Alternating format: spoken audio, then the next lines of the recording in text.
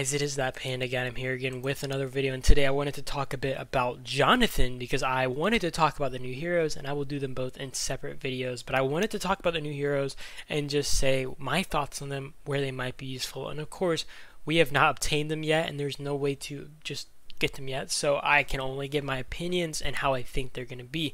First off, if you hit claim, you can see Jonathan is going to be a top commander heroes. That is pretty interesting. I honestly think that this one is definitely the worst hero of the two, and honestly I find very little use for him, so I don't really see myself using him at all in the future. I don't see myself investing in him. He is not super good in my opinion. I think that he'd be good for maybe counter rallies, but otherwise he is very little use, and I will talk about his skills and just stuff like that real quick. So yeah, let's hop into it. So to start off, we can look at his first skill, which is Focus Strike. It deals damage, and the damage factor can be all the way up to 12.5k, which is honestly a pretty massive damage factor. That does make him a way better hero as a whole, but in general, I still feel that the hero just falls by him. If the target is part of the rally, part of a rally, the target's HP is reduced by 6%, can go all the way up to 20%, and counter damage is reduced by, well, all the way up to 15% for 2 seconds. So reduces counter damage. Yeah, so this is a decent skill in general when you're kind of considering him, or not decent, just pretty good in general when you consider him as a counter rally. But the thing is, like, his other skills kind of fall off and just don't hit the mark where you would really want it to for him to kind of excel in a lot of cases. I'm not sure, like, at this point in the game, if you're at 230 days, I'm not sure if you're going to be running as many counter rallies compared to maybe trying to focus field. It's really going to depend on your situation. In general, I just find him only being really useful to run counter rallies. So this is going to be a hard hero, especially if you're limited on the amount of heroes that you can invest in. Just going to be a really hard choice.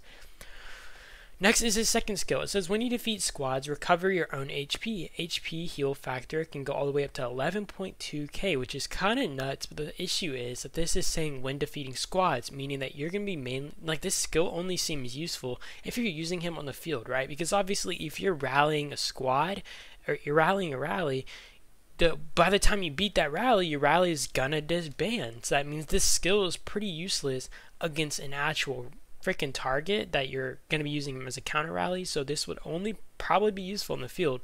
And then this effect can be triggered most every 30 seconds. Every 20 seconds you inflict damage, and damage factor is 2.2k. Of course, goes all the way up to 7.5k to a random target. So I don't know if it just like picks something out in your vicinity. I don't know how random target works, but that is a little bit less appealing, especially if you're really targeting something and you're like, dude, I needed that damage factor on a Dut and Tom, for example, right? Or maybe Chun and Lewis, but you freaking smacked a tank with it. Just really weird.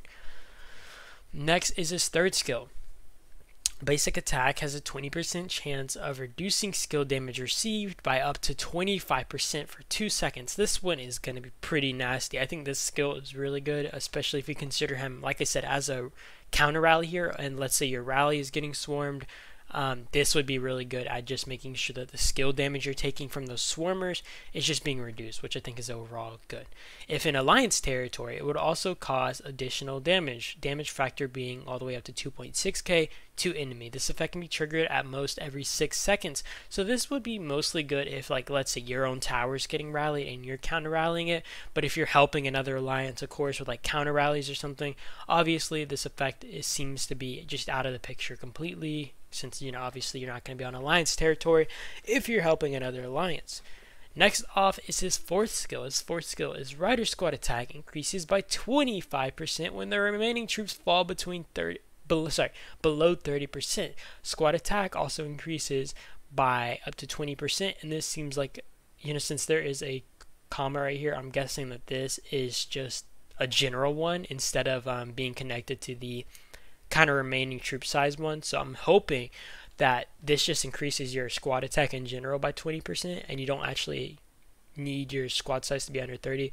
But the 25% one for Rider Squad attack is, you know, necessary for your squad or to be under 30%. And if you're, you know, using him, like I said, as a counter rally hero, which is what seems to be his really only good point, this skill seems mostly useless since you hopefully aren't going to be running rallies that are under 30%. That would be the hope. I mean, you don't really want to be running a rally under 30%. You want those rallies to be topped off, but in general, you guys get my point.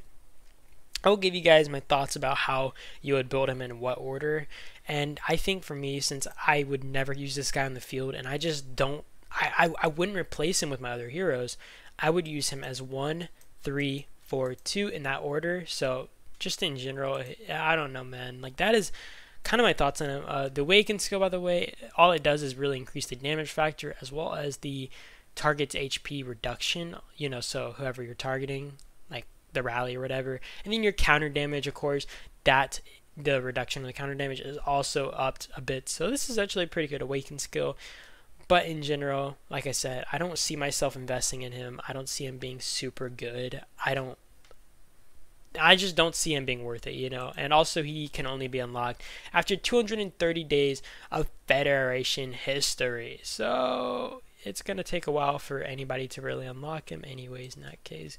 Also, I wanted to talk a bit about, look at this, guys. Look at this. Daily boost. If you guys didn't know, they added a Dut and Bella to the daily boost. I did want to mention this, and I'm probably going to mention it in my other video because I don't want people to miss this, because I think this is a pretty cool thing to note, since a lot of people actually won't note that until they start just either looking at it by chance or someone tells them about it.